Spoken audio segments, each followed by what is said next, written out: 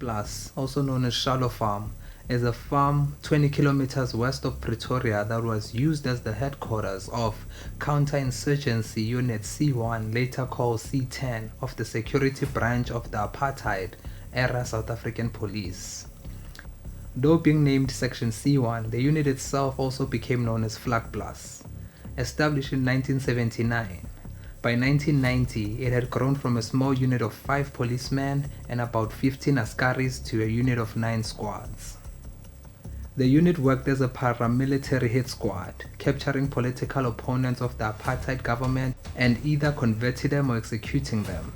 Vlakplaas farm was a site of multiple executions of political opponents of apartheid government.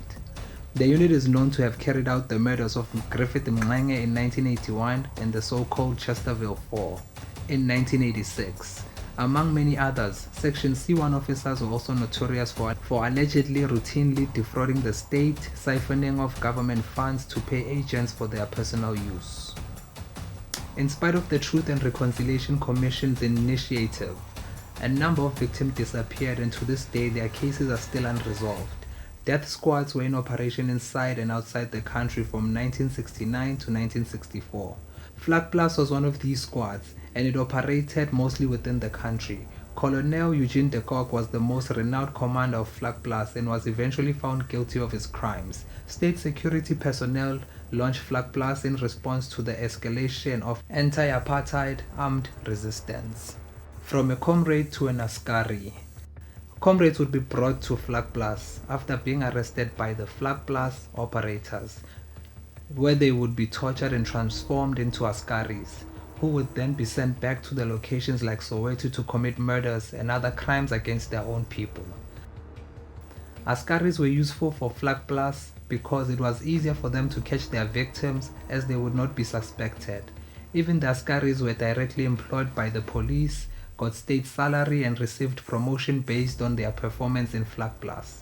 Peter Muleke was turned into an askari after he was tortured. They took his clothes off and handcuffed him. While naked, he was then given electric shocks to his genitals. They further took hold of his private parts with a plier. When the flipping to an askari was not possible, the comrade would be killed. In addition to being killed, victims were dismembered after death, and sometimes the parts would be sent to their families.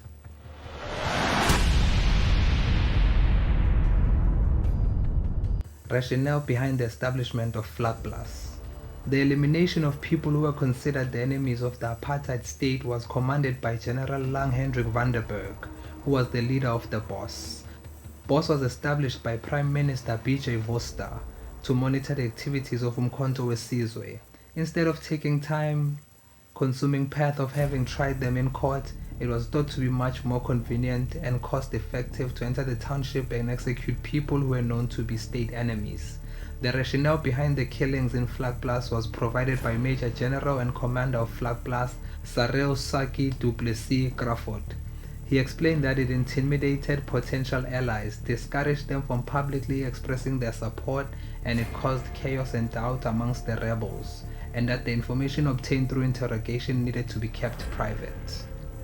Tlhomedi Mfalapitsa, who was also an askari, made it clear through his confession that entrapment killings were among the strategies used by Vlakplaas.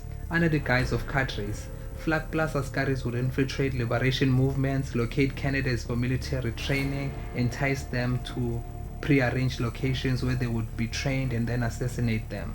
Zandisile Musi and his 3 friends approached Mfalapitsa on a plea to help them leave South Africa and join ANC in exile. Mfalapitsa posed as an MK member as he previously was, and on the scheduled date, he led Musi and his friends to an outbuilding on a closed mine outside Krugersdorp, where explosive had already been planted. When Mfalapitsa left the building, the bombs exploded, killing 3 people and seriously injuring Musi.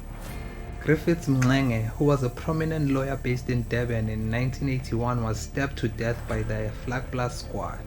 A number of askaris were involved in the murder of Mlenge.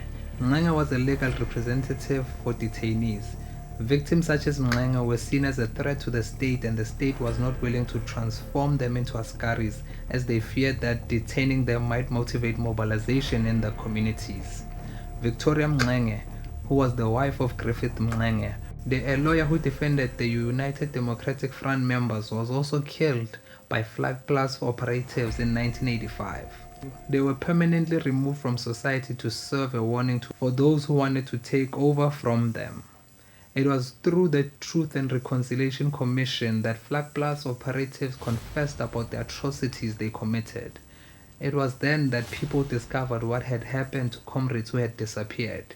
It is still argued that despite the efforts of the TRC, some cases have not been exposed and they remained unsolved. Vlakplaas remained hidden from the public for many years, as it was a secret hideout for apartheid police.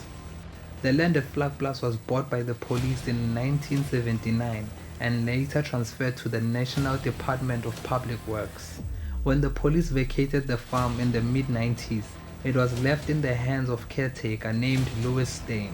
In 2001, the government held a traditional healing ceremony at the farm and announced its intention to transfer the land to the Department of Arts and Culture in order to turn it into a museum. However, Steyn successfully challenged his eviction in the High Court. In August 2007, the Department of Science and Technology announced that the farm would be repurposed as a center for healing. The center would conduct research into plants used in traditional medicine and promote collaboration between practitioners of Western medicine and traditional healers. However, years later, Steyn continued to inhabit the farm. He left in 2012, passing the land on to friends, who in turn passed it on to a Christian ministry, which used it to establish an addiction rehabilitation center.